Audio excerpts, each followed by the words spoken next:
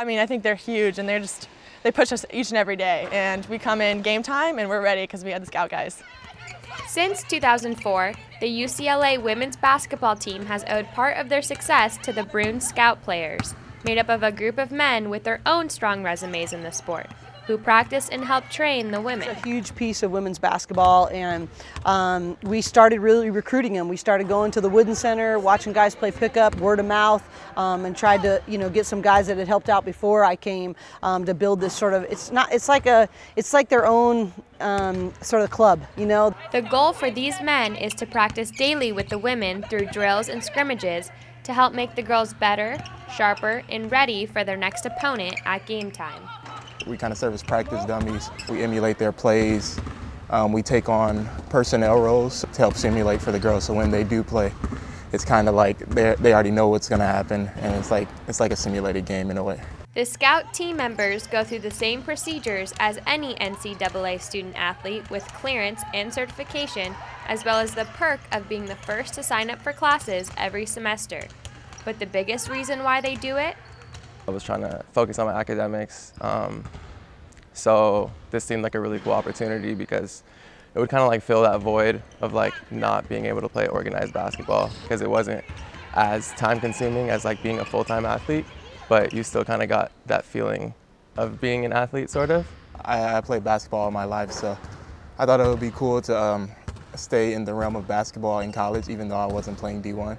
For the Scout team, playing against the women has changed their perspective of the sport. When I first started out, I was like super humbled, because I came in thinking I probably wasn't going to be like trying my hardest, and then I came in and quickly found out even when I try my hardest, it's not going to be enough.